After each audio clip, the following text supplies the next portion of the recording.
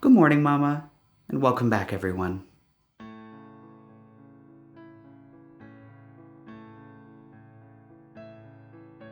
So today I wanted to come here and talk a little bit about shame, because I think shame is something that we can all identify with, something that we've all experienced, and something that we all can understand on some level. There's a lot of different kinds of shame that we can experience, and one of the ways in which I know that I personally experience shame is in the way that I perceive others perceiving my behavior.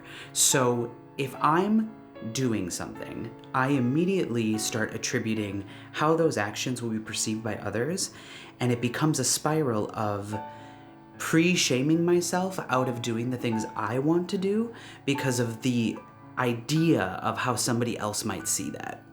Now, we can get into the whole psychological aspect of why that is. It goes straight back to my upbringing as a young Catholic youth, as well as coming out at the time that I did, and all of the shame that gets wrapped up in all of that. There's also a lot of body stigma shame that I carry around from childhood as well. And that childhood shame does stay with me, but there's probably time to get into all of that at a later date. What I want to get at is what can we do about it, and specifically what do I tend to do about it when I'm trying to find a way to be less shameful, less shameful. And one of the ways that I do that is to reframe how I see something in my head, because often the things that are making me feel shame are things that I enjoy, and things that I enjoy because they're mine, they're for me, and they're things I want to share with other people. I've just been made to feel as though it's not okay for me to enjoy those things.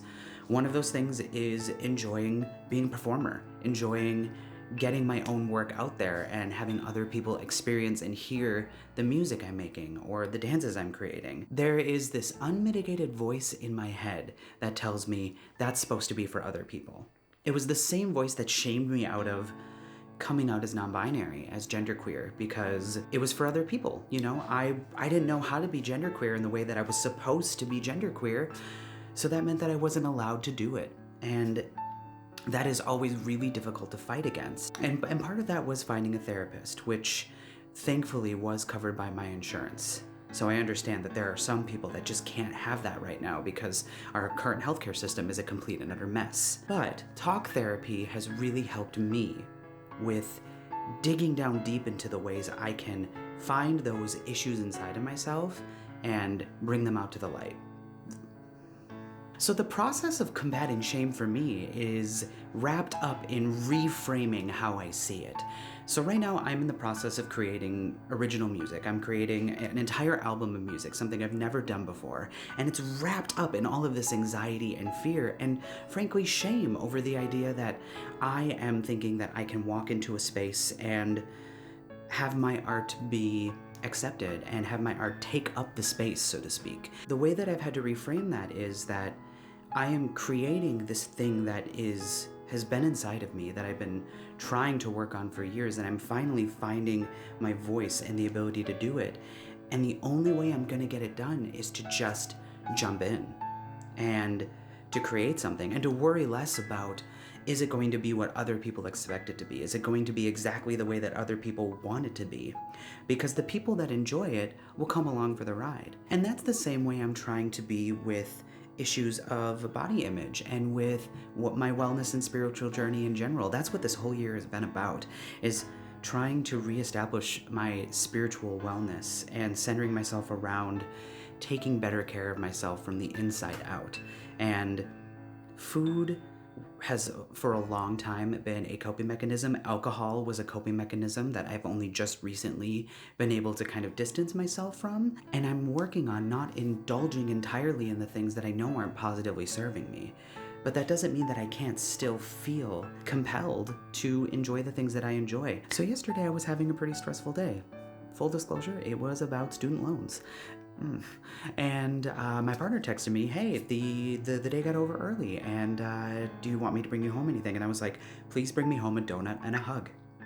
And to my surprise, he brought me back 3 donuts and a hug. So, and I indulged in 2 of those donuts yesterday. And I don't even have to look at it as an indulgence. I ate 2 donuts. And that's not something I do every single day, but it was something that I wanted to do, and I didn't have to feel shame about it afterwards, because the shame surrounding the idea of eating something is wrapped up in a whole lot of other things. It's wrapped up in the patriarchy, it's wrapped up in colonialism, it's wrapped up in capitalism.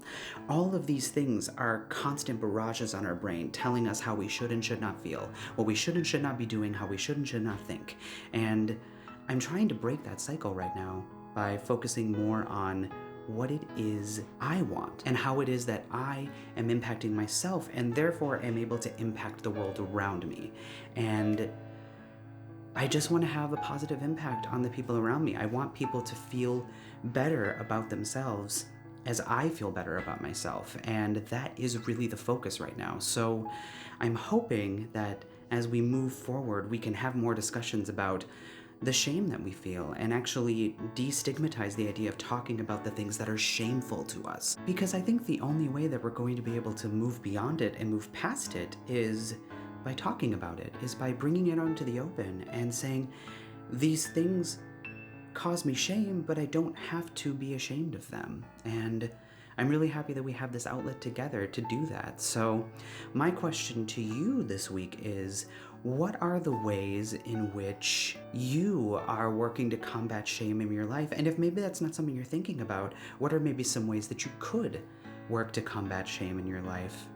And in all of our lives, because I think that's a conversation that we should all be having more often. So thank you for coming along with me today. As always, please remember to like, maybe comment, engage with us. We'd love to hear more from you. And Mama, I will talk to you again next week. Bye!